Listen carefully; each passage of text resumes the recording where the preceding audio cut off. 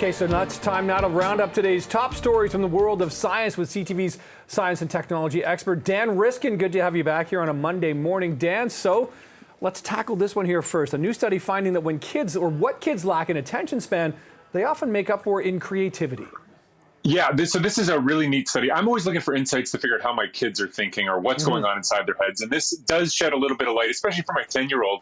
It shows that kids aren't very good at doing boring tasks that are repetitive, like memorizing a list or focusing on one thing at a time and not looking at the other stuff. But a new study shows that when it comes to paying attention to the stuff you're not supposed to pay attention to, kids are right up there with adults very early on. That's something that develops quite quickly. And the way they found this was they had a boring test that people had to do, kids or adults, where you had to pay attention to the positions of things on a screen and hit some buttons. But if you noticed, if you were paying attention to things you weren't supposed to look at, the color of the objects would give you a clue about which button to push. And if you figured out the shortcut, it was super easy to do. And only about 30% of adults figure this out, but 30% of kids figure it out too. And this is like 10 to 12 years old, showing that kids develop this instinct for looking around for shortcuts and thinking creatively very early on. And yet we test them on the boring stuff, right? Memorize this, memorize that. Yeah. It's their creativity that develops first. Interesting. Oh, so it starts early is what you're saying. It starts at a young Absolutely. age.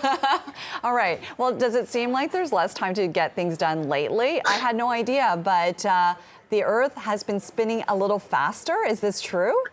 Yeah. So one of the cool things, I mean, everybody knows a second is, a fraction of a minute, is a fraction of an hour, is a fraction of a day. And those numbers have all been figured out based on how long a day takes. But once they defined a second with, molecular clocks and atomic clocks, all of a sudden we found out that the days were variable in terms of how long they are. And so we've been tracking this over time.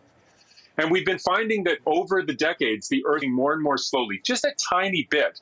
But a weird thing has been happening lately where the Earth has had a couple of really fast rotations. This started a couple of years ago, and it continues. And on June 29th, the Earth had its fastest rotation ever, where it rotated 1.59 milliseconds faster than it should have. And so the day was 1.59 milliseconds too short. So that's thousandths of a second. And yet they can track these things. But they think it's because of the way that water and air are moving around, kind of like a figure skater bringing in their arms when they spin. It changes the center of mass and changes how fast the Earth rotates. That is so fascinating. The fact that it can be that precise on the timing. I love this, Dan. Got to end it here, though. Have you ever told a little white lie? Because it turns out maybe you shouldn't feel so bad for white lying. Yes, this is kind of cool. So basically a big study across a whole bunch of countries. They asked people a whole lot of questions about their beliefs about lies. And specifically, do you think that a white lie is the same as a big lie? Like if I say that, I ate an extra jelly bean or I didn't eat an extra jelly bean or I cheated on my wife, are those equivalent to you? And for some people, those really are the same thing. And what they did is after they did this quiz to ask people what their beliefs were around lies, they tested their truthfulness by having them roll a die and then enter into a computer what they rolled to get money. The bigger the number, the more they got. And they couldn't tell what a person really rolled, but you could look at the average for a whole bunch of people. And they found that, people were getting more money than they should on average, showing that cheating was happening. And the cheating happened more often in the people who believed that there was no difference between little lies and big lies. In other words, if you don't think that a white lie is any different from a big lie, then you have the same incentive to do a lie regardless of the magnitude. And so people that believe in white lies and think that they're okay are more likely to be honest overall, which is kind of counterintuitive. George Costanza once said, "It's not a lie if you believe it." Remember that Seinfeld line? Wise words from George Costanza, it's become how politics works now, I guess. Effectively, that is exactly how it goes, Dan. You're so right, especially in certain jurisdictions, All right, appreciate the conversation, Dan. We'll chat with you next week. Thanks a lot. Take care. Thank you, Canada's Walk of Fame is adding 3 new inductees to their distinguished ranks, pioneers in their fields who've profoundly impacted Canadian and global culture. Today's trio includes broadcasting legend Barbara Frum, iconic rock band and humanitarians The Tragically Hip, and prolific film and music video director and visionary Director X, who joins me now with more. Good morning, Director X. Morning, how you feeling? I mean, I'm good. Thanks for doing this, and congrats. Look, you've got a mantle full of bling for your body of work over the decades, but this is the acme of homeland recognition. Look, I'm not going to pretend to know what it's like to feel the way you feel today. So tell me what went through your heart, your mind when you got the call for the Walk of Fame. I was surprised. I mean, really surprised. This is not something I was expecting. at all. I mean, yeah, no, man. Look, I come out of the hip hop world, bro. We're used to being ignored, and you know what I mean. We have a long history of award shows not acknowledged, just not being acknowledged. You know what I mean? I know. So I wasn't expecting anything like this, but you know, very happy to be acknowledged. I mean, Canadian Walk of Fame, like wow, all right. You're part of turning that corner, though. Do you feel that inside? Very much, yeah. Look, the industry has definitely changed across the board, from film to television to music. The industry has looked at themselves and said, "Yo, maybe we need to be the change we talk about. What are we doing right?" And you know, there's a rocky road and there's ups and downs, but the entertainment industry is definitely trying to put their money where their mouth is. So, you know, here we go. Here's a couple of bumper sticker quotes for you. Destiny is a matter of choice, not chance. And fate is something that you work for, not something you wish for. So as a kid, as a teenager, you moved from Brampton to New York City to study and work under the wing of Hype Williams. Is this where you saw yourself now, 25 years ago? No, you know, the beauty of being young is that you just see yourself in the moment. You know, I wanted to make music videos and maybe make movies one day, and you know, and then down the line, no, I didn't see myself. I didn't see this happening here at all. But again, happy to be here. But I was focused on the next few steps in front of me, which is just being the best artist I could be. Honestly, that's where all my focus was. And you share some pretty good company with this year's sort of, let's call it entertainer class, the hip Deborah Cox. Just for laughs. What does Canadiana, what does waving the flag look like and sound like in your world when you're working outside of Canada? I mean, I was that generation, especially the hip hop generation coming out of Toronto, that said, yo, we're from Toronto. We're from here. We talk this way. We do these things. So I went to New York with that attitude. This is the city I'm from, and we're amazing. We have great stuff happening, and we can play this game like anybody else. So it's always been that, right? Representing the city, representing the country, just proud of where we're from, right? You know, Canada, especially the entertainment industry, there's a little big brother syndrome when it comes to the United States. It's a big neighbor to have. Right. And like I said, our generation was the one. I was, for hip hop, I was one of the first people to put rappers in front of the CN Tower. That's nothing out of ordinary now, but in the moment, that was a big deal. Yeah. Right. Yeah. Shaw Claire, what it takes. Shout out Shaw Claire. But all of us were that. Cardinal, Shaw Claire, my generation of hip hop were that. We started really waving the flag of the city and being really, you know, pride in where we're from and not backing down. Yeah, so it feels good, man. It feels good, and it feels a bit like this recognition is a recognition of the whole culture, right? We're fairly new, right? My generation was the generation of immigrants. We're all brand new kids, essentially. That's right. Right, first generation Canadians. So finding our footing, and now look, I mean, the music scene, the hip hop scene, we're ingrained into the world music scene. Director X, congratulations again to be nominated to the Canadian Walk of Fame. Have fun, have a great day, and we'll talk again soon, maybe when the party starts. Thank you, man. Thanks very much. Okay, fine. I will meet your little MIT genius. But no more setups, and you have to take down that profile. Okay, as long as you agree to go to the weddings also. What? This is the best place to find a husband. I thought online was. That's also best. Mom, I have a life. This is your life too. You see this one? Sona's father. Wedding Season, a new rom-com trending on Netflix. It's about South Asian parents who sort of pressure the kids to find spouses ASAP or risk the wrath. And joining me now is one of the dads in the movie, Toronto's own Rizwan Manji. Thank you for being here, sir. Thank you for having me. Oh, it's such a pleasure to meet you. It was destiny. We had to fight over who got to interview you here today, right? That's never happened. You're fresh in my mind because I watched the movie last night, was planning to anyways with my wife. And last weekend, we finished 4.5 seasons of Schitt's Creek. It's just all at once, and there you are. So you are amazing. Like, you know, tattooed on my brain. Before we go further, by the way, you're the second arranged marriage Indian movie story. I was in the green room, and I said, "Wait, this must be a themed episode today." It's all here today. Welcome. Like before we get to the movie, you play an accountant, VJ, in the movie. Yes. Right? So I'll do some accounting. I did some on your IMDb page. You've done a grand total, I don't know if you know this, of 99 film and TV credits and 1 video game credit, so that's an even 100. Oh, wow, An I even didn't know. hundo in 25 years. So you're like the Daisy De Niro. That's the way I look at it. Have you ever said no to a gig, and have you met your children? There's a two-part question. I guess I haven't said no.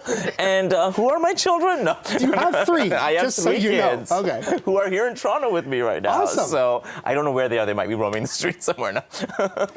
Does it ever get hard keeping it straight? Like, I mean, you do so much work. It's, you know what? It's knock on wood. Yeah. Knock on wood. It's been very good for me recently, and I'm excited. There's been a lot of different projects like Wedding Season that have come my way, and I get to like flex my comedy muscles, which I love doing. So I've been really happy. A lot of it's been shooting in Toronto, which I'm here for right now, shooting another film. So it's great. I'm excited about it.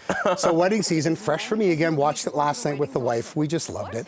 It's so charming. It's so heartwarming, and I love it's kind of a clever twist on the Indian arranged marriage ethos. Like, explain that to us. So what I love about this movie is that they take both sides of the coin. It's a universal story. You get to the point where the kids are getting to be in their late 20s, and you get that, like, are you going to get married?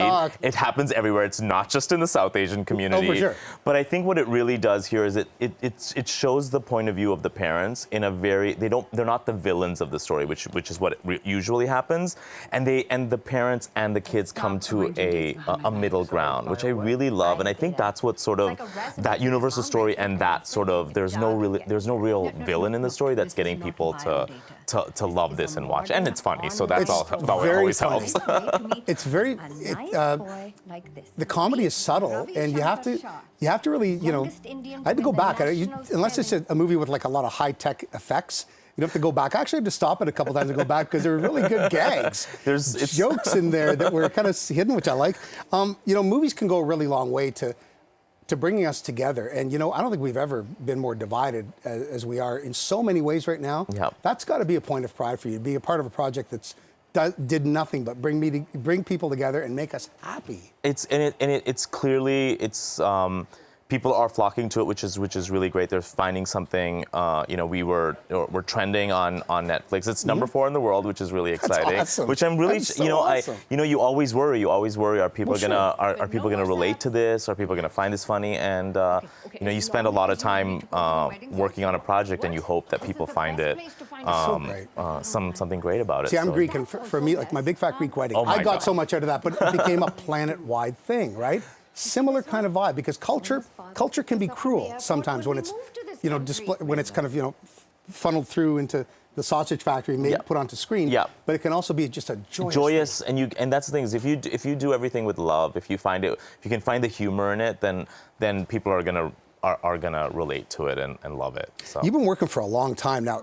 There's been such an incredible growth in South Asian culture, music, film, television. Yeah. Through streaming services, but in other respects around the world. Now you've kind of got to see this from the inside out. What's it been like for you to be an observer of this as well? So it's the South Asian content when I first started in this business, there was not very much of it, right? So it was a struggle for us who were sort of like starting up in this career.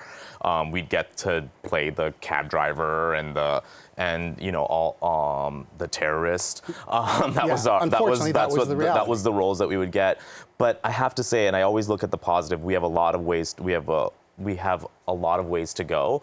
But I'm very positive about it, and I see all like stuff like this, like Wedding Season and outsourced and all that stuff. Well, Rizwan, thank you so much for your time. The movie's awesome. It's called Wedding Season on Netflix. Check it out. Thank you. Have fun at home, sort of. Thank you. All right. Chef, speaker, teacher, author, TV personality, founder of Island Girl Foods, and friend of this show, Raquel Fox, has been sharing the love of her native Bahamian cuisine with Canadians for years and was recently honored as one of the top 25 Canadian immigrants of 2022. So let's say good morning to Island Girl and find out what's cooking with Raquel Fox. Good morning. Good morning, George. How are you? I'm great. Congratulations, Raquel. Thank you so much. It's a wonderful honor. I want to know, obviously you took kind of a circular route to get to this country. I want to know, was it a plan A? I mean, was it a plan B? When, why, and how did you end up leaving Bahamas to come here? Well, I must say that I owe all credit due to my son, Rashad Fox. And he's a very talented young man. He's mildly autistic. And on his journey, we discovered that he was very gifted. He is a pianist, and he's also an artist. And we sent him to a wonderful boarding school in Orlando.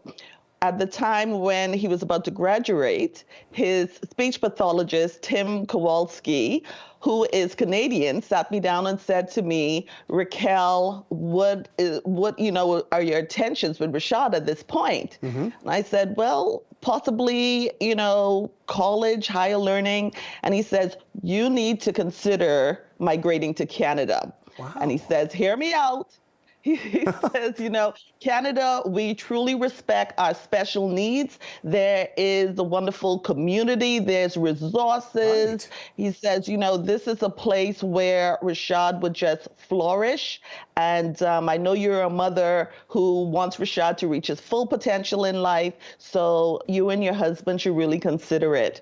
And it really didn't take long after that, because every mother would move mountains for their children's well-being.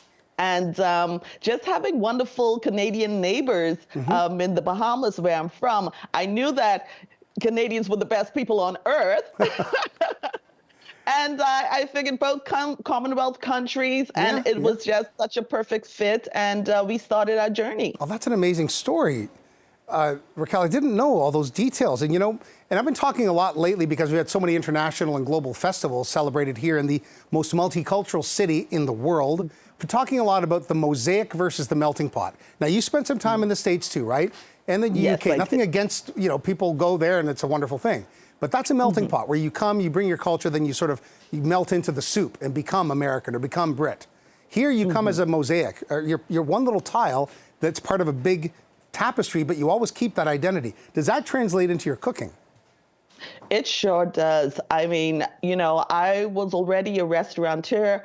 My husband and I owned a restaurant at the time, the Wine Lounge, which was voted as, the 10th best lounges in the Bahamas. Right. So I already had so much experience and skill, but I was not at the time classically culinary trained. And I decided to enroll in the best college in the world, Culinary College, George Brown. Awesome. Yeah. That's up to my GBCP family.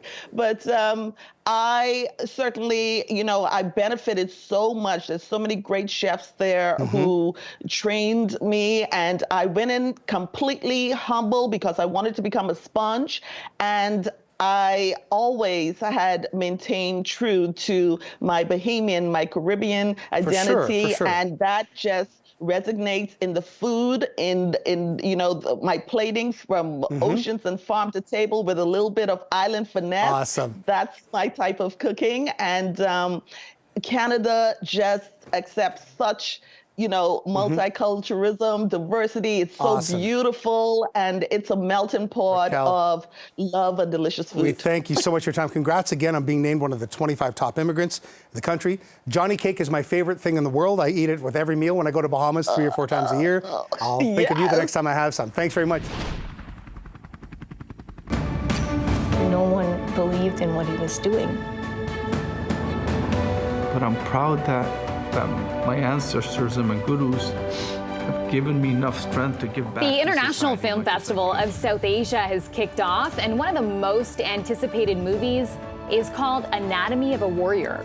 Now, Steve Najjar is probably one of the most famous Canadian entrepreneurs that perhaps you may not be aware of, but that won't be true for long. Steve Najjar, entrepreneur, former professional soccer player, and now filmmaker, joins us live here on CP24 Breakfast. Good morning. Thanks so much for making time, Steve.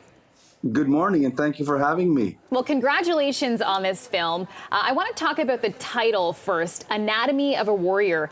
This is a documentary based on your life as a Punjabi immigrant to Canada. Tell us what this title means for you. And the title, Anatomy of the Warrior, really, the director came up with what it means to dissect somebody, and they wanted to dissect what I went through, in my life here when I came to Canada as a young immigrant. What I went through as I was going through the hatred, with all the immigrants I went through, and the struggles of as an athlete that I wanted to achieve my dreams. So they really wanted to look at the anatomy of a human being, and that's how they came up with the title. So, Steve, the movie, features some reenactments, some historic photos, and basically snapshots of your life told as a story here, like it says in 5 parts here. Can you take us back to some of those challenges, some of the racism, some of what you had to overcome, as an immigrant to Canada? I mean, we know where you've come now, but getting there has not been easy at all. Oh boy, it was pretty tough nonetheless, but this was our home when we came here in the 70s with my parents, and we were just different. We were brown. I had my hair long, and it was tied up in a bun, and we were getting beat up every single day at school. We lived downtown at Pape and Queen, and I still remember having dreams of playing baseball, and the kids used to laugh at me, saying, well, why is he playing baseball? He doesn't know anything about it. And soccer was the only thing that sort of very close to me, because that's what I played as a child back in Punjab. It wasn't easy times for us growing up, or a lot of the immigrants coming back then, but this was our new home, and we embraced it. We embraced the culture. And like any child, I had dreams that I wanted to achieve, and I worked hard, and I said, no matter what happens to me, I'm going to go and achieve my dreams and face my fears. And that's pretty much one of the big stories behind this is face your fears. Go through what you have to go through every single day. Just get up and do it. And at the end, you will see the results that you're going to be happy with. And God's going to put you in a place that you're going to be pretty pleased. This is really, Steve, a story of resilience. I wonder what your message is to new Canadians who move here to this country with big dreams and face some of the challenges that you did. Well, you know what? This is Canada, and the Canadian dream is alive and well. And anybody that wants to come to our beautiful country and work hard and pursue their dreams, everything is possible. Everything's here. Support system is here now. When we had no support system when we first came here as kids. But the Canadian dream is alive and well, so long as you're willing to put in the effort, an honest effort, and keep grinding it. That's the end of the day, the message that we want to get out there. And anybody that's wanting to watch this film, we want it to be very inspirational to them. And hopefully they'll watch it. Fortunately, it's been sold out twice, and they'll get a positive message out of it that you can go and achieve your dreams. Yeah, the message is phenomenal indeed. Steve Najjar, thank you so much for joining us. Good luck with Anatomy of a Warrior, and of course, continued success in your career overall. Appreciate this. Thanks so much. Thank you so much.